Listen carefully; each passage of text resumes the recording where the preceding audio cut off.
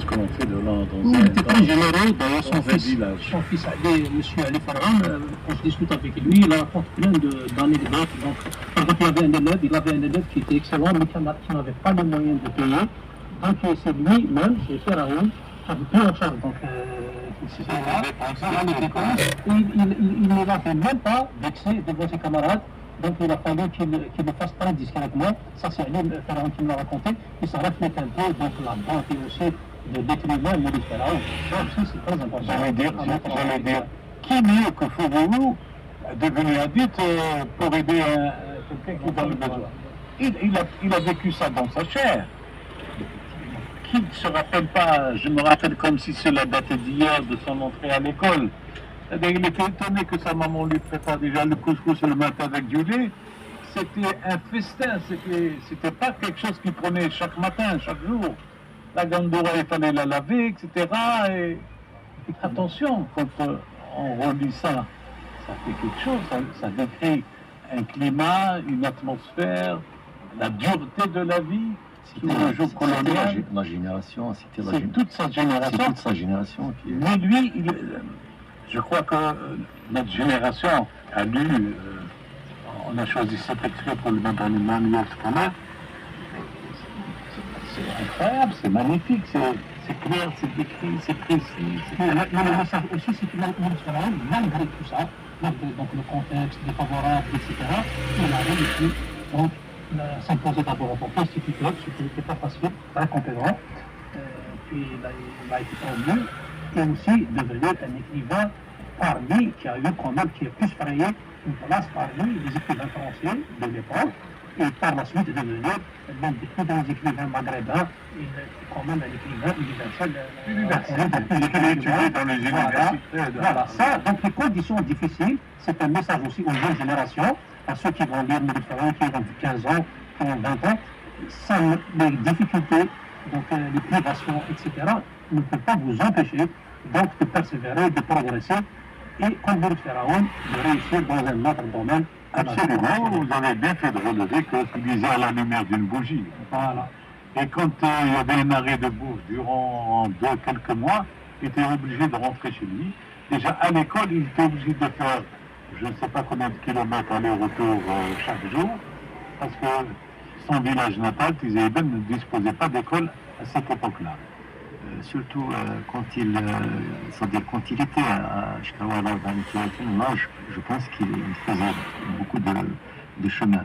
Je ne sais pas quand il était à l'école, parce que Tizi Eben, il me semble qu'ils ont une école, en tout cas une école de sœurs blanches, il me semble. Parce que j'ai visité Tizi Eben, donc je ne sais pas s'ils avaient une école à son époque, mais je sais qu'il y a une école de sœurs blanches, parce que même Fadma Nassor, qui est du même village qu'à lui, Fadma Nassor, celle qui a donné donc les Amrouches par la suite, elle est du même village que lui, donc elle est née à Tizi Eben. Il y a à côté une école de sœurs blanches. Vous avez vu qu'il s'est à Benidouala, donc c'est un village pas loin, donc 2-3 km, il est obligé de faire ça. Alors, pour revenir au Amrouche, Jean Amrouche, voilà ce qu'il dit de lui. Il a eu le mot juste pour Pharaon.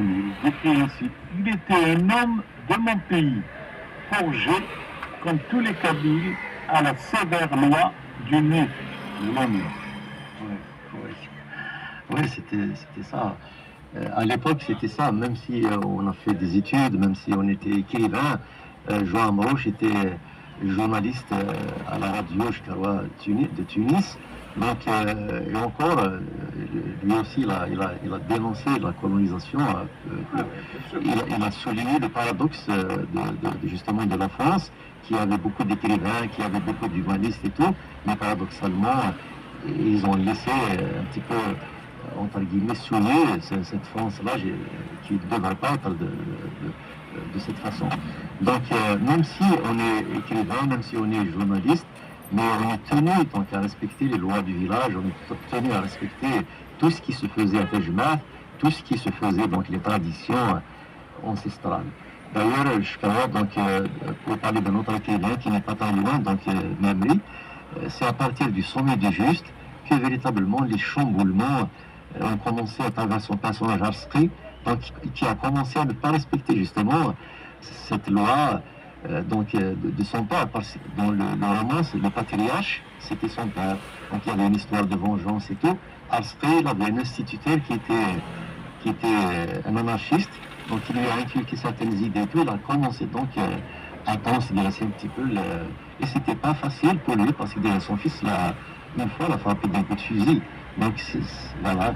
Même si on est écrivain, même si on est journaliste, on est tenu à respecter la loi en vigueur du village. C'est vrai que quand nous avons été donc, à l'enterrement de Arjaout, dans son village, un village retiré d'Azfoun, on sent aussi imprégné de la géographie de son lieu de naissance.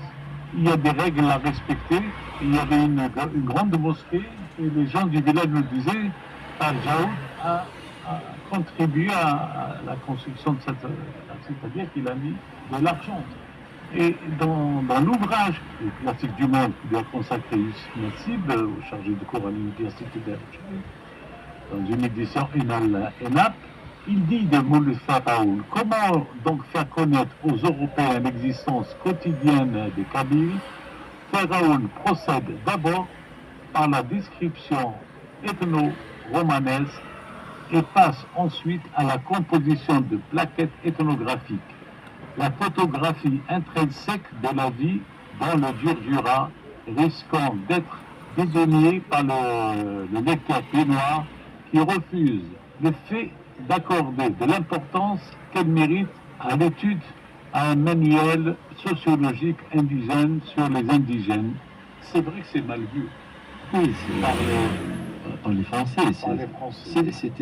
À l'époque, c'était mal vu, c'était un scandale. Pourquoi un indigène, entre guillemets, va écrire, va parler, même s'il parle de son village, même s'il parle aux Européens, c'est un peu comme s'il n'avait pas le droit de parler aux Européens. Il n'avait pas le droit à la parole. Il n'avait pas le droit à la parole, donc voilà, c'était une petite partie des Français peut-être à contribuer à travers l'édition Charlot Alger, à travers, je ne sais pas, peut-être, mais l'écrasante majorité des pays noirs étaient contre. Alors la réalité, elle est là, c'est-à-dire les moyens d'expression existaient, donc on n'avait pas droit donc, à la photographie, ni au cinéma, ni à la peinture. Donc il y avait cette première génération d'écrivains qui ont commencé à parler de nous. C'est un peu notre miroir, parce que dans le cinéma colonial, l'arabe n'existait pas, même dans la littérature pied-noire, l'arabe n'existait pas. Ces écrivains-là, cette génération, les Katib Yassine, Boudet Pharaoun, Manri, Dib, etc., nous ont donné existence, une vie. C'est ça. C'est l'acte de naissance littéraire de la génération. Oui. C'est le premier précurseur, donc les pionniers de la littérature. Et Boudet Pharaoun, quand il écrivait, il faut se mettre à sa place parce que ce n'était pas facile du tout, parce que lui, il écrivait, donc il